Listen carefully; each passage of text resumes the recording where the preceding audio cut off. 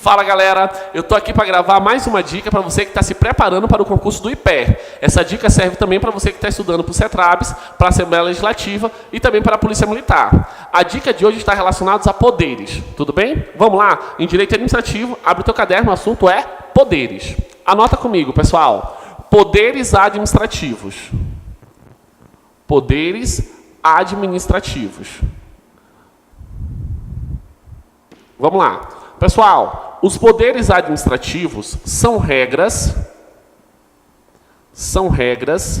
que justificam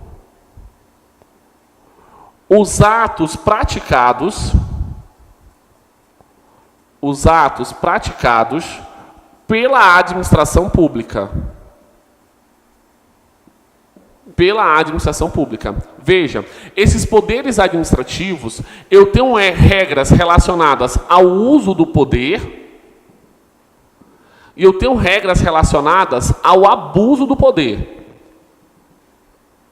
Professor, como é que eu vou diferenciar o que é uso de abuso? O uso do poder, pessoal, é a utilização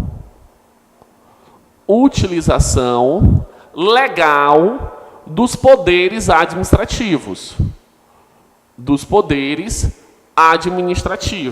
Beleza. E o que é o abuso de poder? O abuso de poder é a utilização ilegal dos poderes administrativos. Professor, como é que eu faço para diferenciar um do outro? Observem, o uso do poder, pessoal, tem duas características principais. Primeiro, ele é um poder, dever de agir. É um poder, dever de agir. O administrador público tem a obrigação de utilizar esses poderes administrativos. Lembra, todos os poderes devem ser utilizados para satisfazer o interesse público. Satisfazer o interesse público. Então, professor, essas são as regras relacionadas ao uso do poder. E o que é o abuso? O abuso é o uso irregular dos poderes. Eu tenho três formas de abuso. Então, quando eu falo em abuso, eu posso ter o excesso de poder, eu posso ter o desvio de poder, e eu posso ainda ter a omissão. Vejam, o excesso de poder, pessoal, é agir fora da competência, ou seja, fora da sua atribuição. Não me interessa a tua finalidade, pouco importa a finalidade. Você agiu fora da competência, você está em excesso de poder. Professor, e quando é que eu estou em desvio de poder? O desvio de poder está em agir dentro da competência,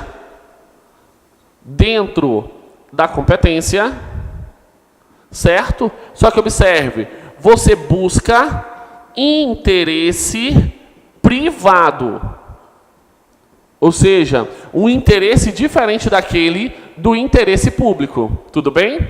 Então, professor, e quando é que eu tenho a omissão? Vejam, a omissão é quando você vai deixar de cumprir o seu dever funcional.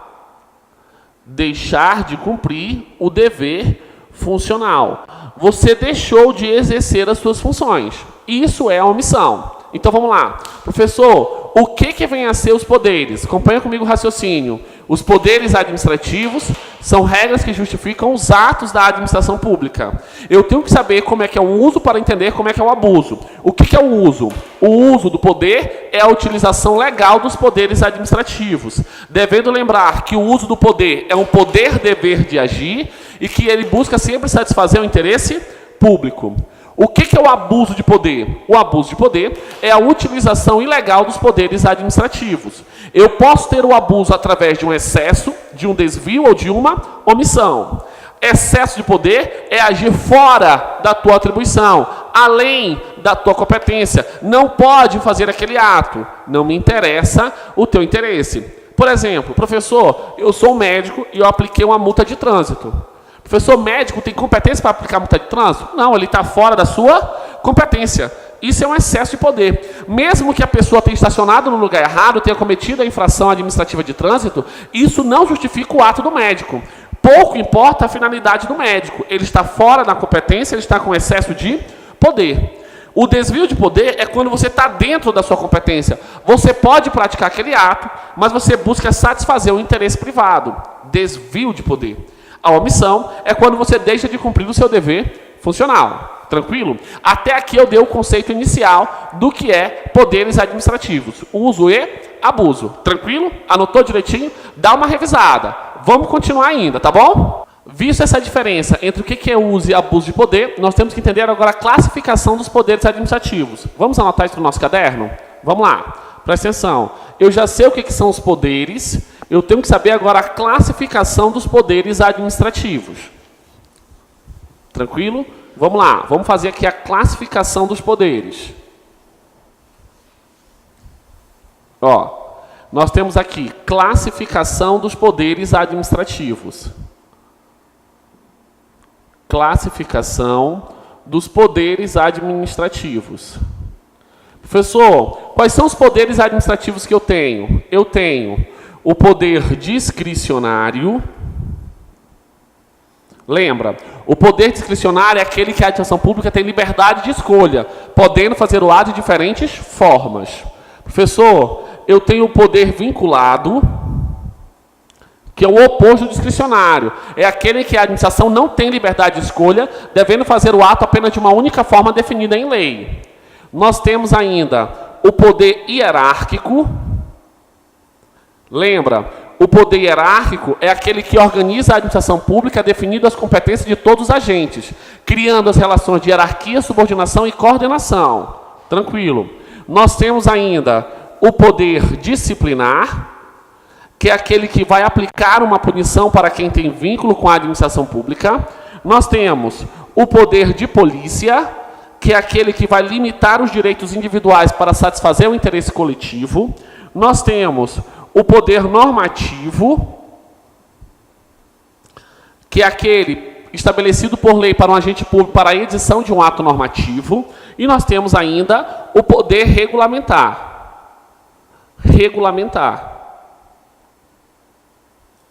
Tranquilo? Que é o poder atribuído exclusivamente ao chefe do executivo para editar decretos ou regulamentos. Pessoal, dentro dessa classificação, eu quero que você tome muito cuidado com o poder disciplinar, com o poder de polícia e com o poder regulamentar. Esses três é muito importante você saber para a sua prova. Tranquilo? Lembra, professor, o que é o poder disciplinar? Lembra, o poder disciplinar, pessoal, é o poder da administração pública punir internamente. Punir internamente. Certo? Punir quem, professor? Pode ser o servidor público ou pode ser um particular com vínculo com a administração pública. Veja, nas duas situações, o poder disciplinar, ele exige vínculo com a administração pública. Exige vínculo com a administração pública. Vejam, pelo poder disciplinar, eu vou punir internamente aquele que tem vínculo. Só que essa punição, primeiro nós vamos fazer a abertura de um processo. Abertura de processo, para quê? Para garantir o contraditório e a ampla defesa. Depois que eu abrir o processo, que eu garanti o contraditório e a ampla defesa, no segundo momento eu posso aplicar a punição. Aplicar a punição. Muito bem. Professor, isso é o poder disciplinar. Tranquilo? Vejam, e o que vem a ser o poder de polícia? Pessoal, o poder de polícia é o poder da administração pública limitar o que, professor? O exercício de direitos ou limitar o uso de quê? De bens. E para que ela faz tudo isso? Lembra, tudo isso é feito para satisfazer o interesse público. Satisfazer o interesse público. Beleza? Professor, se eu descumprir essa limitação feita pela administração pública, o poder de polícia ele pode ser usado para punir externamente. Externamente. E quem que ele vai punir externamente? O particular sem vínculo. Opa! Ele vai punir o particular sem vínculo. Beleza? Professor, aqui eu tenho uma inversão, pessoal. Primeiro, nós vamos aplicar a punição. Primeiro, aplicar a punição. Certo? Depois, em um segundo momento, é que nós vamos ter a abertura do processo.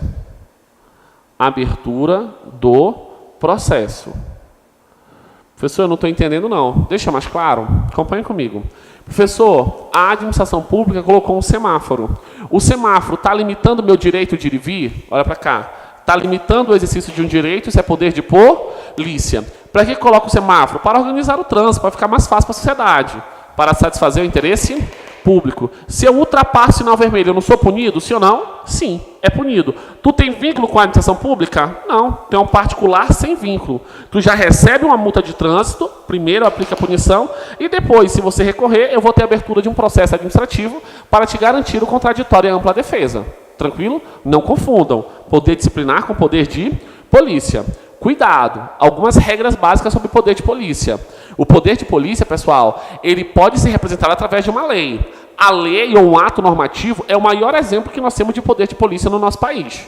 Tranquilo? Segundo, o poder de polícia ele é exercido pela administração pública. Professor, em regra, o poder de polícia só pode ser feito por uma pessoa jurídica de direito público. Professor, e uma pessoa jurídica de direito privado?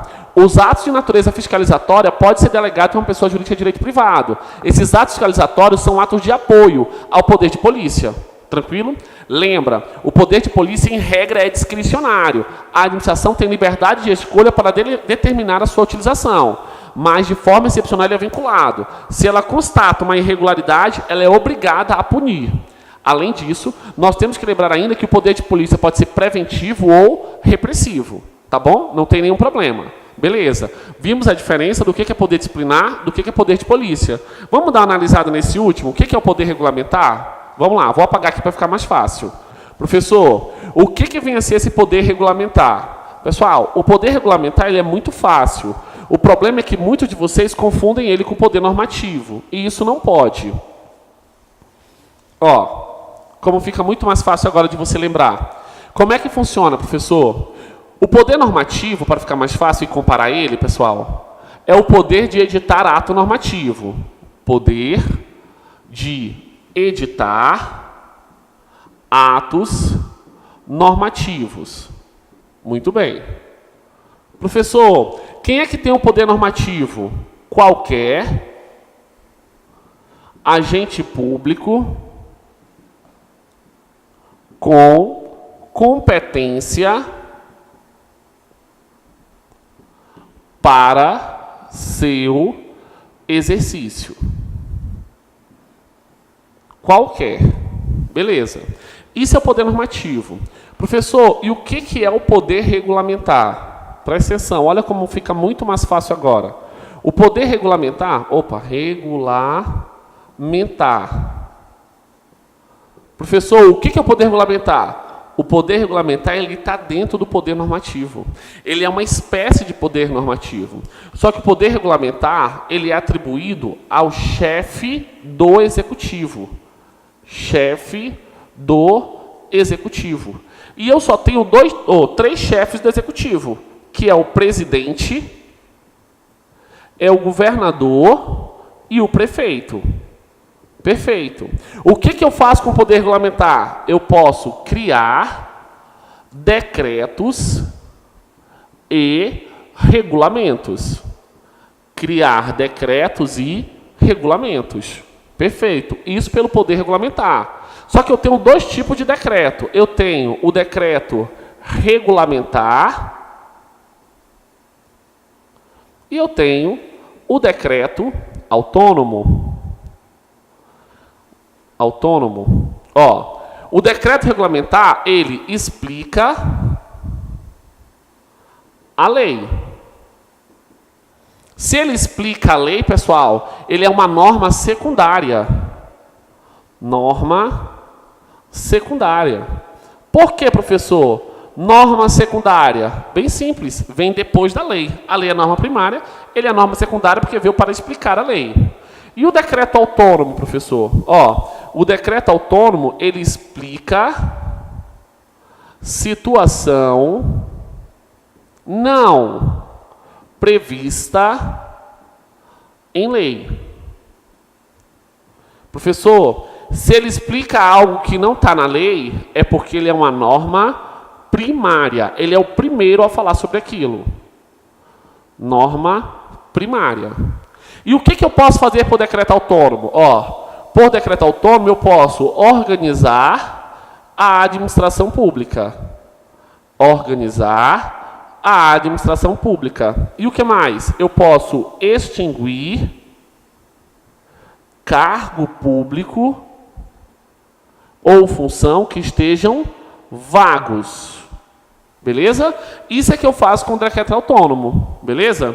Bom, pessoal, se vocês notarem, nós já vimos algumas regras básicas sobre poderes. Eu já sei o que é poder, eu já sei o que é uso e o que é abuso, eu já sei a classificação e eu dei a dica para vocês de 3 principais poderes.